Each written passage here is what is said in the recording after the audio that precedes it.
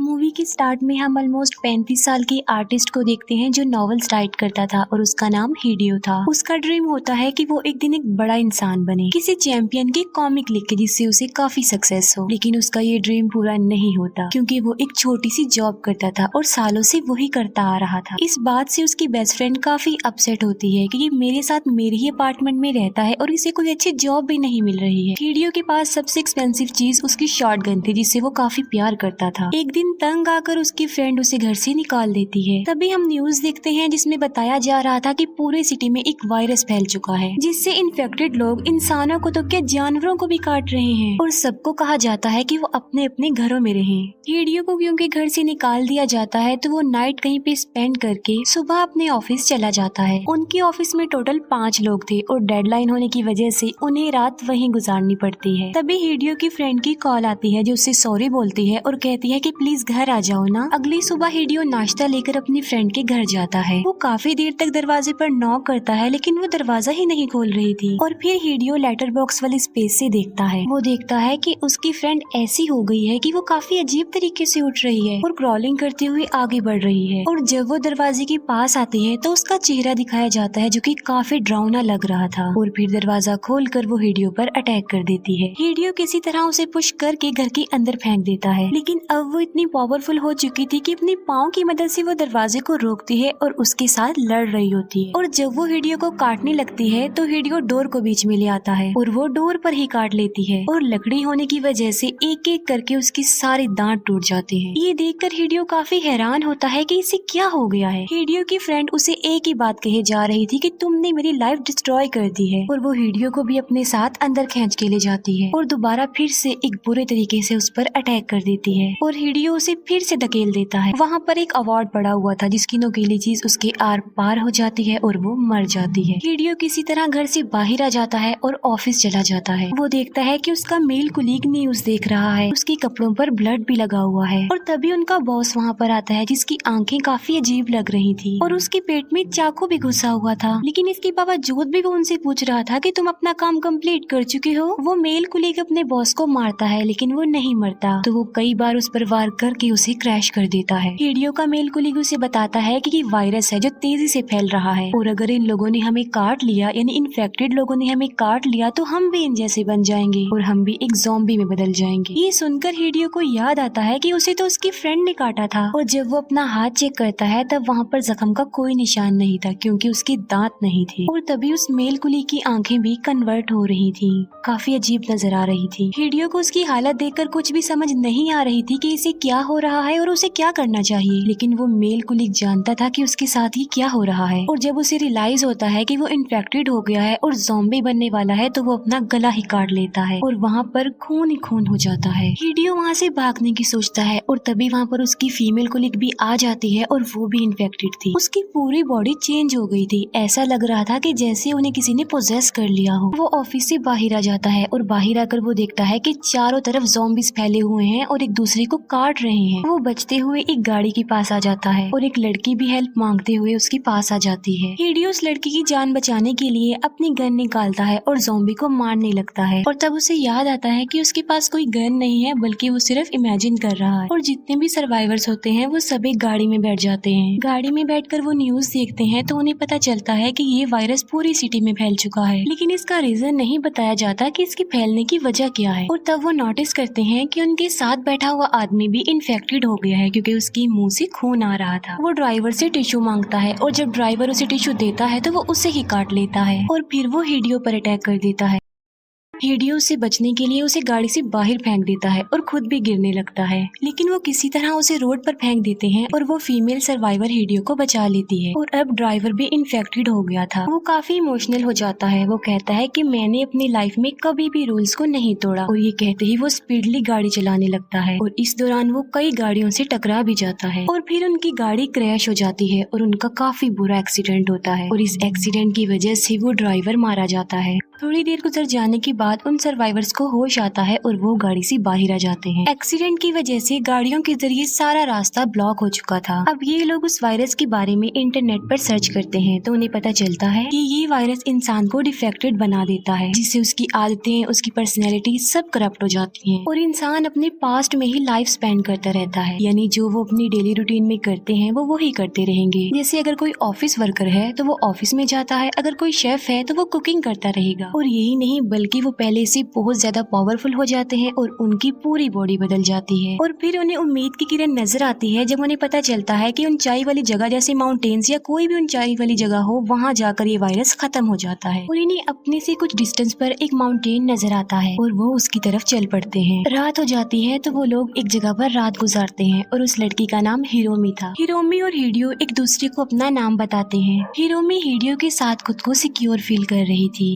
Next morning Hideo देखता है कि हिरोमी की गर्दन पर काटने का निशान है जो ब्लैक हो चुका है। हिडियो उठता है और उस पर बंदूक तान देता है, जिस पर वो कहती है कि मुझे एक छोटे से बच्चे ने काटा था और वो बच्चा काटने की वजह से इन्फेक्टेड नहीं हुआ था बल्कि मदर फीडिंग की वजह से हुआ था। लेकिन हिडियो उसे नहीं मारता, ये सोचते हुए कि अगर हम माउंटेन पर चले गए तो ये बच जाएगी। और हिडियो उसे प्रॉमिस करता है कि मैं तुम्हें कभी भी छोड़कर नहीं जाऊंगा, मैं तुम्हें बचा लूंगा। वो दोनों जंगल के रास्ते माउंटेन तक जा रहे होते हैं, लेकिन जैसे जैसे वो ऊपर जा रहे थे हिरोमी कमजोर पड़ती जा रही थी और फिर वो जोरों से चिल्लाने लगती है और उसकी एक आंख ज़ॉम्बी जैसी बन गई थी। हिडियो ये देखकर काफी डर जाता है और वहाँ से भाग जाता है। आगे जाकर हिडियो को एक आदमी नजर आता है और वो उससे हेल्प मांगता है, लेकिन वो आदमी भी ज़ॉम्बी बन गया था जो हिडियो पर अटैक कर देता है। वो ज़ॉम्बी हिडियो को मारने ही वाला होता है कि तभी हिरोमी वहाँ पर आकर उस ज़ॉम्बी को मार डालती है और हिडियो को बचा लेती है, जिससे ये पता चलता है कि हिरोमी वायरस से लड़ रही थी, यानी उस पर वायरस का बुरा असर नहीं पड़ा, वो ज़ॉम्बी नहीं बनी। वो लोग अभी तक जंगलों में ही थे और हिरोमी अग्रेसिव होती जा रही थी। चलते चलते वो लोग शॉपिंग मॉल तक आ जाते हैं और उस मॉल की बिगड़ी हुई हालत देखकर ऐसा लग रहा था कि यहाँ पर भी ज़ॉम्बीज हैं। हिडियो हिरोमी को एक शॉपिंग कार्ट में रखता है और वो दोनों आहिस्ता आहिस्ता आगे बढ़ते हैं। वो दोनों मॉल की एक शॉप पर होते हैं और तभी ज़ॉम्बी सेल्समैन आकर उनसे पूछता है कि क्या तुम्हें कुछ चाहिए, और ये कहते ही वो हिडियो पर अटैक कर देता है। और तभी वहाँ पर एक लड़की आती है जो नर्स थी और वो हिडियो को बचा लेती है। ये लोग कुछ सर्वाइवर्स थे जो टेरिस पर सर्वाइव कर रहे थे। अब क्योंकि ज़ॉम्बीज टेरिस पर नहीं आ सकते थे इसीलिए ये वहाँ पर जिंदगी गुजार रहे थे। और जब इन्हें नीचे कुछ लेने जाना होता था तब ये बर्तन बचाते थे और ज़ॉम्बीज को अपनी तरफ अट्रैक्ट करते थे। और तब मौके का फायदा उठाकर कुछ लोग नीचे जाते थे और सामान ले आते थे। उन लोगों का एक लीडर भी होता है जो हिडियो और हिरोमी को रहने की जगह देता है। जगह देने के साथ साथ वो उन्हें खाने पीने का सामान भी प्रोवाइड करता है। और जब हिडियो और वो ग्रुप का लीडर बातें कर रहे होते हैं तो वो हिडियो की शॉटगन नोटिस करता है जो उसे काफी अच्छी लगती है। अब उन लोगों के साथ जो नर्स होती है वो हिडियो से पूछती है कि जो तुम्हारे साथ बीमार लड़की है वो कौन है। तब हिडियो कहता है कि मुझे वो रास्ते में से मिल गई थी, वो काफी बीमार थी और मैं उसकी जान बचाने के लिए उसे अपने साथ ले आया। वो कहती है कि मैं एक नर्स थी और तुम एक लड़की की जिंदगी बचाने के लिए यहाँ तक आ गए और तुम एक काफी अच्छे इंसान हो। ग्रुप का लीडर सब लड़कों की मीटिंग रखता है क्योंकि उनका खाना खत्म हो रहा था और उन सब लड़कों ने जाकर बेसमेंट से खाना लाना था। सबको इम्प्रेस करने के लिए वो ग्रुप का लीडर हिडियो से उसकी शॉटगन मांगता है,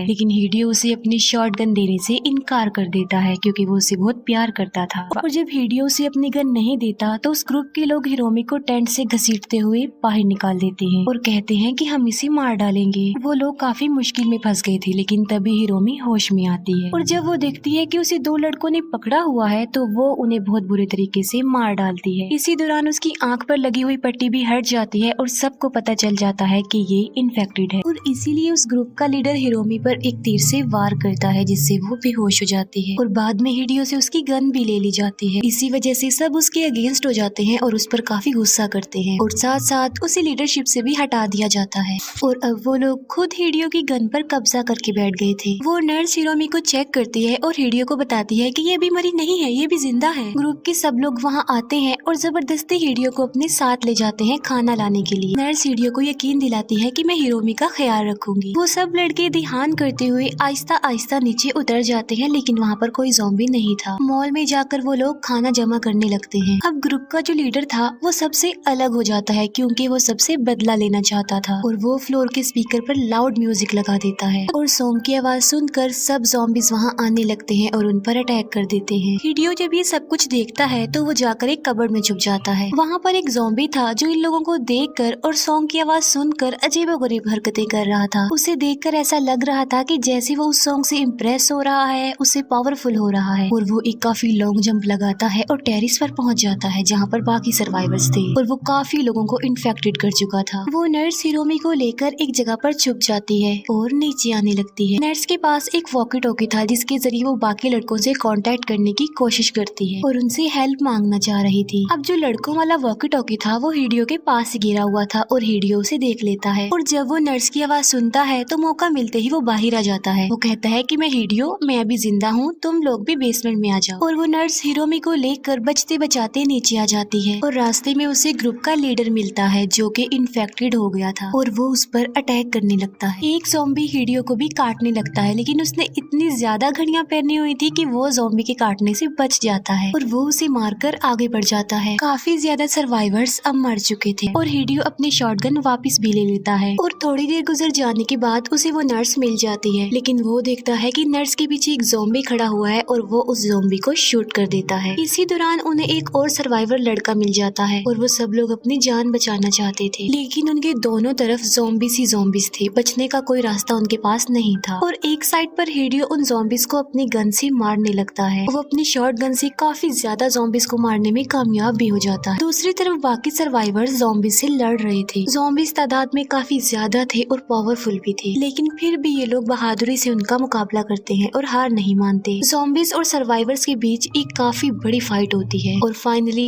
वो सब ज़ॉम्बीज़ को मारने में कामयाब हो जाते हैं। बाहर आकर वो तीनों लोग एक गाड़ी में बैठते हैं और माउंटेन के लिए निकल जाते हैं क्योंकि वो हिरोमी की जान बचाना चाहते थे और ये मूवी यहीं पर खत्म हो जाती है। Thanks for watching.